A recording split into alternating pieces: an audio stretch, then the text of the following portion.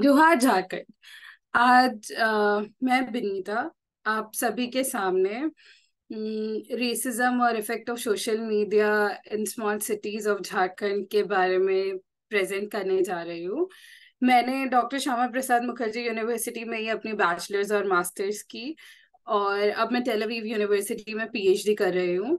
पर पीएचडी के साथ साथ मैं एक फेलोशिप प्रोग्राम का हिस्सा थी, जिसका नाम इरविन कॉटलियर फेलोशिप प्रोग्राम है।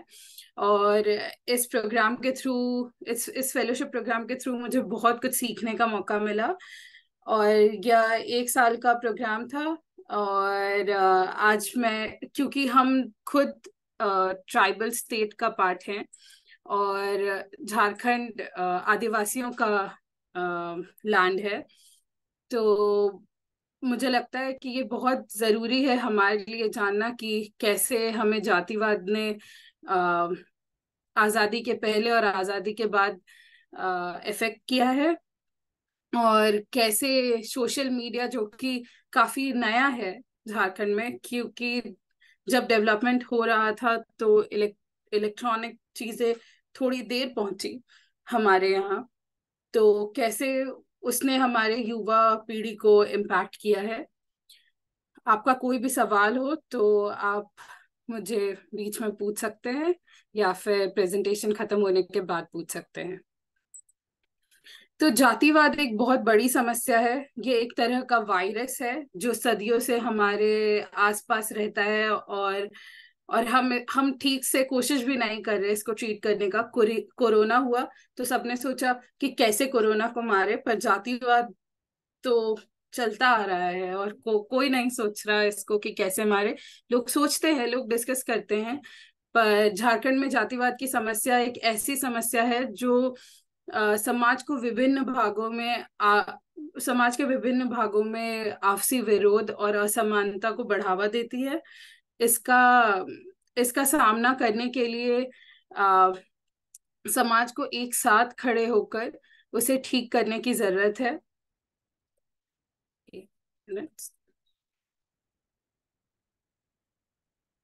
झारखंड में मैं थोड़ा सा जातिवाद के इतिहास के बारे में बात करना चाहूंगी। झारखंड का इतिहास उसकी जातिवाद विरोधियों से भरा हुआ है। इस राज्य में जातिवाद की समस्या बहुत पुरानी है। इसके शुरुआती दौर में अन्य राज्यों की तरह झारखंड में भी जातिवाद का इस्तेमाल राजनीतिक फायदों के लिए किया जाता था। जातिवाद के इस्तेमाल से लोगों को एक दूसरे से अलग अलग करने का प्रयास किया जाता था। जैसे जो आदिवासी मूल के हैं और जो आदिवासी मूल के नहीं है, उन्हें विभाजित किया गया जातिवाद को एक मुद्दा बनाकर। झारखंड में जातिवाद के इतिहास में अनेक मुद्दे शामिल हैं। इन मुद्दों में सबसे बड़ा मुद्दा अनुसूचित जातियों की समस्याएं हैं। झारखंड में अनुसूचित जातियों के लोगों को समाज में निचला पायदान पर रखा जाता है। आप आपने देखा होगा हमेशा कि आ, कैसे पहले अनुसूचित जाति को बुरे तरीके से ट्रीट किया जाता है, और फिर थोड़ा सा उन्हें डेवलपमेंट दिया जाता है, ताकि ये एक पॉलिटिकल एजेंडा बन पाए कि कैसे उन्होंने इनके बदलाव के लिए काम किया है। इसके अलावा झारखंड में जातिवाद के बढ़ते कदमों के कारण राज्य में अनेक घटनाओं से हिंसा होती है। झारखंड में जातिवाद के कई प्रकार हैं। झारखंड में जातिवाद ओके, ये स्लाइड चेंज नहीं हो रहा था। अ, जैसा कि आप देख सकते हैं कि पूरे भारत में झारखंड यहाँ पे आता है, और ये झारखंड का मैप है। और पूरे भारत में भी अ, जातिवाद है।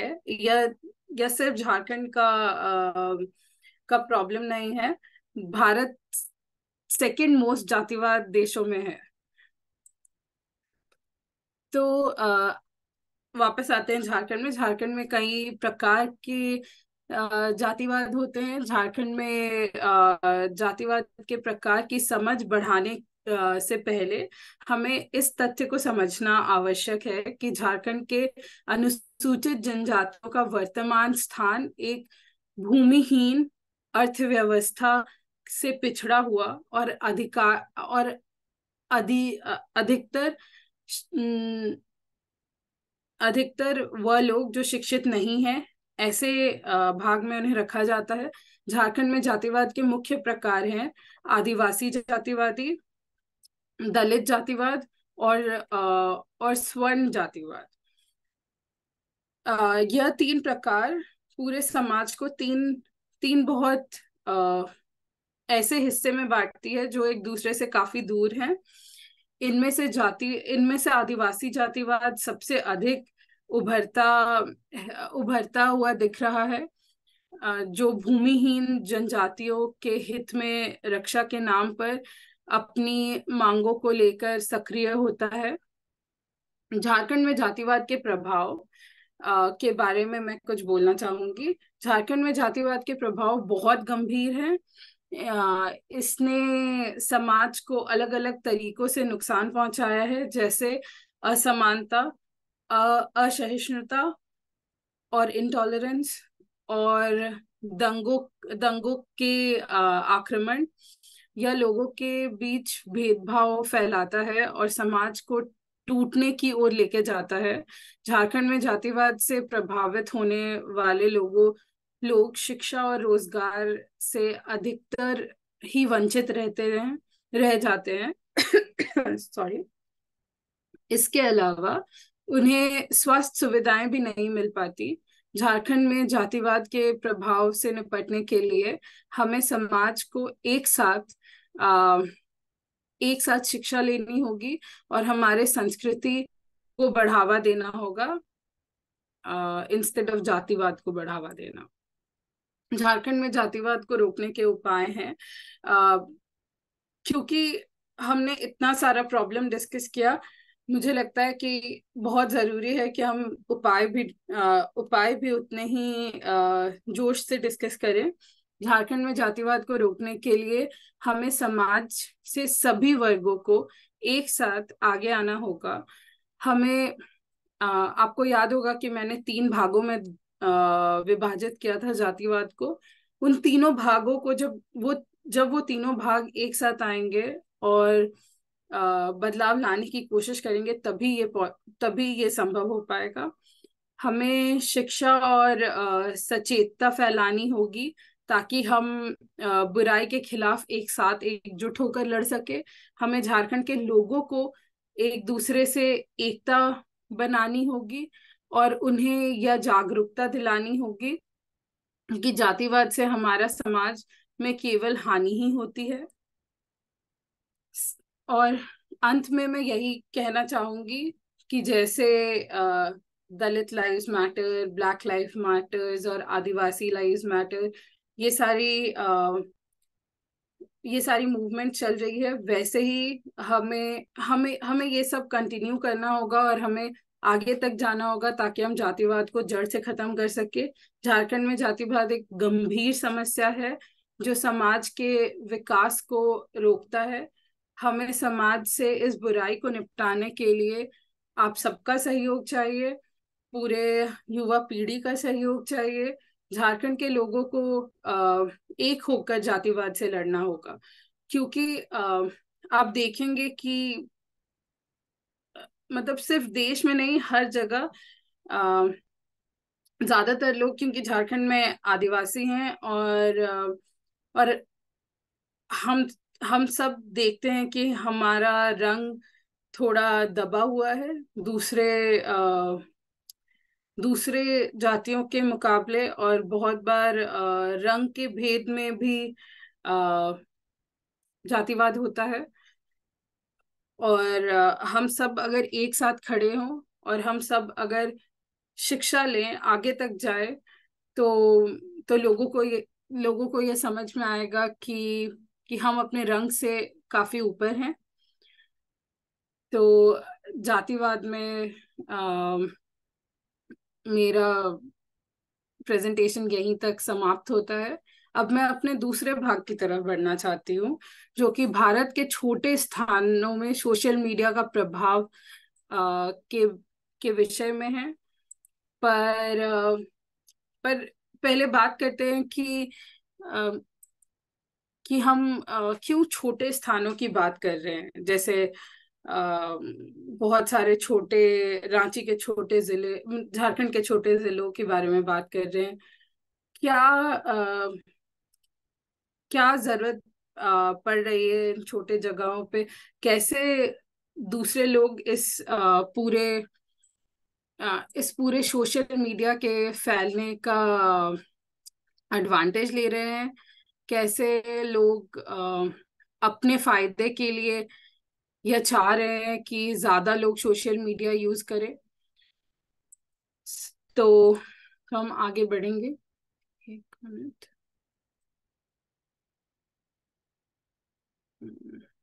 एक मिनट।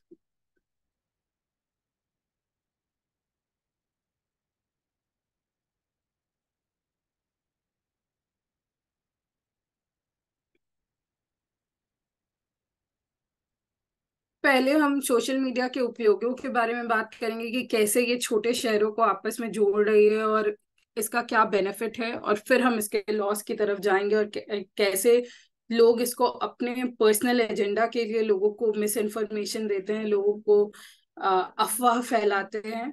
छोटे शहरों में सोशल मीडिया का उपयोग बढ़ता जा रहा है। लोग इसका उपयोग अपनी रोजमर्रा की जिंदगी से लेकर अपने व्यवसाय तक के लिए करते हैं। इस टाइ अ, इस पूरे अ, इस पूरे प्रेजेंटेशन के दौरान अ, हम आंकड़ों और तथ्यों के साथ उदाहरण देंगे। छोटे शहरों में सोशल मीडिया का उपयोग बढ़ता जा रहा है क्योंकि यह लोगों को अपने नजदीकी समुदाय से जोड़े रखता है। इसके जरिए लोग अपने विचारों को और अनुभवों को साझा कर सकते हैं, और सोशल मीडिया में के जरिए व्यवसाय करने वाले लोग अपने उत्पादों और सेवाओं को ग्राहक तक पहुंचा सकते हैं और उसके बारे में ग्राहक से बात कर सकते हैं। सोशल मीडिया के अनेक फायदे हैं। सोशल मीडिया आज के समय में व्यवसायों व्यवसायियों और व्यक्तिगत जीवन दोनों में बहुत ही व्यवसाय और व्यक्तिगत जीवन में दोनों में बहुत ही महत्वपूर्ण हो गया है। इसके जरिए लोग अपने अ, उत्पादों और सेवाओं की विज्ञापन और प्रचार कर सकते हैं और अपने व्यवसाय को ऑनलाइन बढ़ावा दे सकते हैं। साथ ही स्मॉल बिजनेस को कैसे बढ़ाना है या फिर कैसे लोगों तक पहुंचाना है, इसका बहुत कोरोना काल में हमने देखा कि कैसे सोशल मीडिया स्मॉल बिजनेस के लिए काफी महत्वपूर्ण साबित हुआ, होम बिजनेसेस के लिए काफी महत्वपूर्ण साबित हुआ। साथ ही इसके जरिए लोग अपने सोशल मीडिया नेटवर्क को बढ़ावा दे सकते हैं और नए लोगों से जुड़ सकते हैं। इसके अलावा सोशल मीडिया के जरिए लोग अपने जीवन की सुधार कर सकते हैं। जैसे सोशल मीडिया के जरिए बहुत सारे लोगों को जॉब्स मिली हैं। वेबसाइट्स जैसे लिंक्डइन का यूज करके लोग काफी बड़े व्यवसायियों और जो जॉब दे सकते हैं उनसे कनेक्ट होते हैं, और तो छोटे जगह के युवा भी उनसे जुड़ते हैं और बात कर पाते हैं। इसके जरिए वे अपने दोस्तों और परिवार से जुड़े रह पाते हैं। जब जैसे मैं टेल अवीव में हूँ, तो मैं आप सबसे जुड़ सकती हूँ इंटरनेट के थ्रू, सोशल मीडिया के थ्रू। तो ये पूरे दुनिया को बहुत छोटा बना देता है। इसके जरिए सब लोग नए ज्ञान और अध्ययन कर सकते हैं। अ, आजकल सारी किताबें इंटरनेट पे अवेलेबल हैं, जो जो काफी आसान बना देती है पढ़ने को। पर सोशल मीडिया के बहुत सारे नुकसान भी है। सोशल मीडिया के नुकसान पर चर्चा करते हुए हमें यह सोचना चाहिए कि क्या हम वास्तव में इसके जरिए किसी को नुकसान पहुंचा रहे हैं। क्या हम इसके बारे में सोचते हैं कि हमारे द्वारा शेयर किए गए जानकारी और टिप्पणियां दूसरे के लिए कितना खतरनाक हो सकता है? जब हम सोशल मीडिया में कोई रूमर या फिर कोई अफवाह फैलाते हैं, तो इसका सीधा इम्पैक्ट समाज पे कितना बड़ा हो सकता है। सोशल मीडिया का उपयोग सीमित होना चाहिए। अगर हम इसका सही तरीके से इस्तेमाल नहीं करते, तो इससे हमारा व्यवसाय और जीवन दोनों में नुकसान हो सकता है। और अब हम बात करना चाहेंगे कि कैसे जैसे झारखंड जैसे मतलब सॉरी झारखंड जैसे स्टेट्स में इंटरनेट काफी लेट पहुंचा। तो पर ये कुछ मेजर शहर है इंडिया के, जहाँ पे कितना इंटरनेट यूज हुआ है ये उसका डेटा है। पर सोशल मीडिया को बहुत सारे लोग अपने फायदे के लिए यूज कर रहे हैं। सोशल मीडिया का राजनीतिक दल काफी दुरुपयोग कर रहे हैं, क्योंकि हम सब ने ये सुना होगा बचपन में कि जो दिखता है वही बिकता है। तो लोग काफी जोर शोर से कैंपेन करना चाहते हैं। और अक्सर क्योंकि हमारे लॉ में यह प्रावधान है कि आप इलेक्शन के दिन तक नहीं कैंपेन कर सकते, पर ऐसा कहीं नहीं लिखा है कि आप सोशल मीडिया में कैंपेन नहीं कर सकते। तो अब राजनीतिक दल भारी पैसा इन्वेस्ट करती है ताकि आप एड्स देख सके राजनीतिक दलों की और उनके बारे में सुन सके। सोशल मीडिया से आजकल राजनीतिक दलों के लिए एक नया मंच बना दिया है सोशल मीडिया ने। इस मंच का उपयोग अधिकतर दलों ने अपने विचारों को आम जनता तक पहुंचाने के लिए किया है, लेकिन कुछ दलों ने सोशल मीडिया का दुरुपयोग करके अपनी नीतियों को फैलाने का भी सही नीतियों को फैलाने का भी काम किया है। अ, और उनके सपोर्टर्स काफी अफवाह फैला सकते हैं और कई बार काफी दुरुपयोग कर जाते हैं। इन दलों ने सोशल मीडिया का इस्तेमाल करके झूठ फैलाने का भी प्रयास किया है। वह अपने विरोधियों को अपमानित करते हैं और काफी गंदा बना देते हैं इस पूरे चीजों को। बहुत सारे लोग खुद के बारे में अच्छा बोलने से ज्यादा कंसंट्रेट करते हैं दूसरों के बारे में गंदा बोलने का। इससे समाज में भ्रष्टाचार फैलने की संभावनाएं बढ़ जाती हैं। सोशल सोशल मीडिया राजनीतिक अ, सोशल मीडिया राजनीतिक दलों का नया मंच बन चुका है। सोशल मीडिया के उपयोग में राजनीतिक दलों को नया मंच मिलता है और वह इसके थ्रू यूथ तक पहुंच सकते हैं। और आज सिर्फ यूथ ही नहीं यूज कर रहा। अगर आप देखेंगे कि बहुत सारे लोग जो पढ़े लिखे नहीं हैं, जो काफी अच्छे से नहीं जानते हैं या फिर ज्यादा पढ़ते लिखते नहीं हैं, पर वो वीडियो देख सकते हैं, तो वो वीडियो के द्वारा लोगों तक अपने एजेंडास पहुंचाते हैं। और ज्यादातर समय वो अफवाह फैलाते हैं और ऐसी बातें करते हैं जो सही में नहीं हो रही होती हैं। और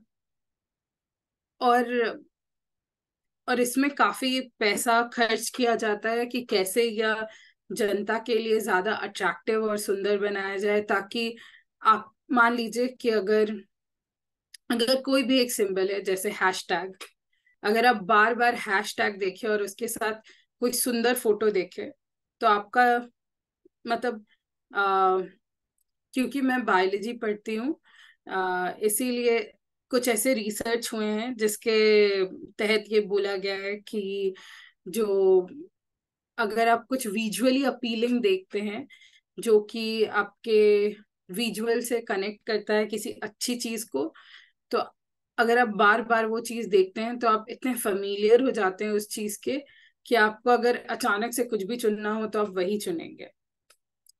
सो बहुत सारी कंपनीज इसका इस्तेमाल करती है अच्छे लोगोस डिजाइन करने में, या फिर लोगो में कौन सा रंग डालना है ये डिसाइड करने में। पर बहुत सारी पॉलिटिकल पार्टीज भी इसका इस्तेमाल करती हैं कि कैसे इसको इतना ज्यादा फैला दिया जाए कि अगर आपको अचानक से कभी कुछ सेलेक्ट करना हो तो आप वही सेलेक्ट करें। तो यह हमारी रिस्पॉन्सिबिलिटी है, ये युवाओं की रिस्पॉन्सिबिलिटी है कि हम अपने घर में बूढ़े बुजुर्गों को बताएं आ, कि कैसे इसका दुरुपयोग हो रहा है, और कैसे उन्हें पता भी नहीं चल रहा कि उनके दिमाग का कैसे इस्तेमाल किया जा रहा है। उनसे कैसे सारी इंफॉर्मेशन निकलवा ली जा रही है छोटे छोटे सर्वेस के थ्रू और क्लिक्स के थ्रू, और फिर उसका इस्तेमाल किया जा रहा है पार्टी के कैंपेन्स में। और खुद को और पूरे समाज को बचाएं ऐसे बायसनेस से। और मैं आप सबका धन्यवाद करना चाहूंगी कि आप सबने मुझे इतने देर सुना, और आप सब सवाल पूछ सकते हैं। किसी को भी कुछ भी पूछना है या कुछ भी बताना है या फिर ऐड करना है। मैं मैं फिर थैंक यू बोलना चाहूंगी कॉटलियर, इरविन कॉटलियर फेलोशिप का, और इरविन कॉटलियर जी का, जिनने 1 साल तक हमें मदद की सामाजिक व्यवस्थाओं को समझने में। इस प्रोग्राम में 17 से 21 के बीच अलग अलग देशों के बच्चे थे, और हर कोई अपना अपना पर्सपेक्टिव लेके आता था, और काफी बढ़िया डिस्कशंस करने का टाइम मिला। काफी बढ़िया चीजें देखने का समझने का टाइम मिला। थोड़ा सा इसराइल घूमने का भी टाइम मिला। लोगों से जाके बातें करने का टाइम मिला। हम आप सबको वेलकम करते हैं कि आप हमें कोई भी सवाल पूछ सकते हैं। और धन्यवाद।